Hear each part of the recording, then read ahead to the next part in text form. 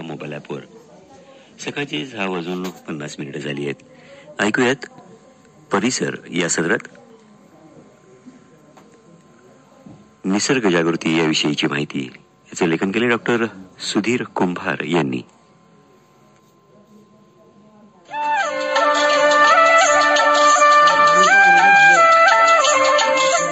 श्रोते हो, मानव हा कचरा तयार करणारा एकमेव प्राणी आहे. दुसरा कोणताही प्राणी कचरा तयार करत नाही. फेकून देत असलेल्या कचऱ्यामुळे सुद्धा पर्यावरणाचा प्रचंड तोटा होतो हे त्याच्या लक्षात येतं, पण तो लक्ष देत नाही. पुनर्चक्रीकरण केल्यास ही कचऱ्याची समस्या काही टक्क्यांनी कमी होईल. कशाचं पुनर्चक्रीकरण आपण करू शकतो हे पाहावं लागेल.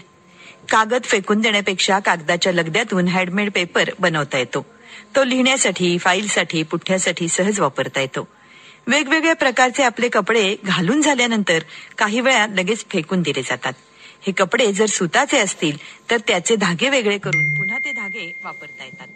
अलीकडच्या काळात या वेगवेगळ्या कपड्यांपासून सतरंजा, बस्कर, चट्टाया, पाय पुसण्या असं तयार केलं जातं. हे अत्यंत सुंदर पुनर्चक्रीकरण झालेलं आपल्याला दिसतंय. आपल्याला माहितीये की फुटलेल्या काचा ह्या जोडता येत नाहीत, पण अशा काचा भंगारामध्ये घेतल्या जातात आणि नव्या काचा तयार करण्यासाठी क्युलेट म्हणून त्याचा वापर केला जातो. काचेचे तुकडे, पॉलिश पेपर किंवा सँड पेपर तयार करण्यासाठी ते वापरले जातं. अनेकदा अॅल्युमिनियमचे कॅन, अॅल्युमिनियमचे पत्रे कचऱ्यामध्ये फेकून दिले जातात, पण पुनर्चक्रीकरण करून पुन्हा अॅल्युमिनियमच्या वस्तू आपल्याला तयार करता येतात. आपल्याकडे लोखंड, तांब यासारखं भंगारही गोळा केलं जातं. प्रक्रिया करून त्यापासून लोखंड आणि तांब आपल्याला पुन्हा मिळवता येतं. अलीकडच्या काळात ई कचरा मोठ्या प्रमाणामध्ये तयार होतो. यामध्ये संगणक, टीव्हीचे संच, बाद झालेले मोबाईल, बॅटऱ्या, चार्जर, सौर पॅनेल, एलईडी बल्ब, त्याचबरोबर इलेक्ट्रॉनिक आणि इलेक्ट्रिक वस्तू मोठ्या प्रमाणामध्ये नादुरुस्त झाल्या म्हणून फेकून दिल्या जातात. ते पुनर्चक्रीकरणासाठी दिल्यास योग्य पद्धतीनं त्याची विल्हेवाट लावता येते आणि त्यातून हे धातू वेगळे करता येतात. असा कित्येक टन ई कचरा कोणतंही कारण नसताना, माहीत नसल्यामुळे अक्षरशः जाळून टाकला जातो आणि त्यातील धूर अत्यंत विषारी आणि धोकादायक असतो. पण पुनर्चक्रीकरणानंतर योग्य पद्धतीनं त्यातील मौल्यवान धातूही वेगळे केले जातात. पुठ्ठ्यांच्या, खोक्यांचा आणि थर्मोकॉलचा प्रश्न भेडसावतोय, कारण भंगार गोळा करणारे याचे संकलन करायला नकार देतात. प्लॅस्टिक मोठ्या प्रमाणात तयार होतं, ते काही वेळेला तिथंच फेकून दिले जातं.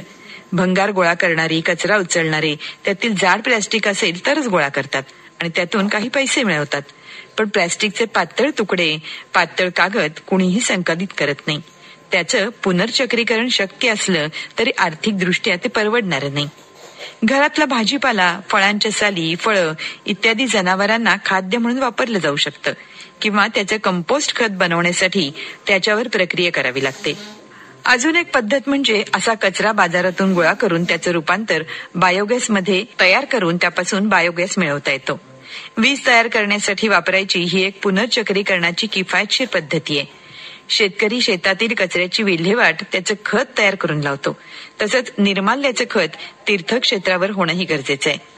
एक निसर्ग मित्र, पर्यावरण मित्र म्हणून आपणास आव्हान आहे की ज्या ज्या गोष्टींचं पुनर्चक्रीकरण करता येईल त्या गोष्टी पुनर्चक्रीकरणासाठी संकलित करून ठेवायच्या.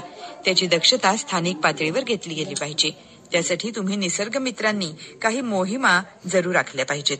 पुनर्चक्रीकरणामुळे ऊर्जा, पाणी, वेळ आणि आर्थिक बचत होते आणि ती पर्यावरण पूरक असते. तेव्हा अशा गोष्टींचं पुनर्चक्रीकरण केलं पाहिजे.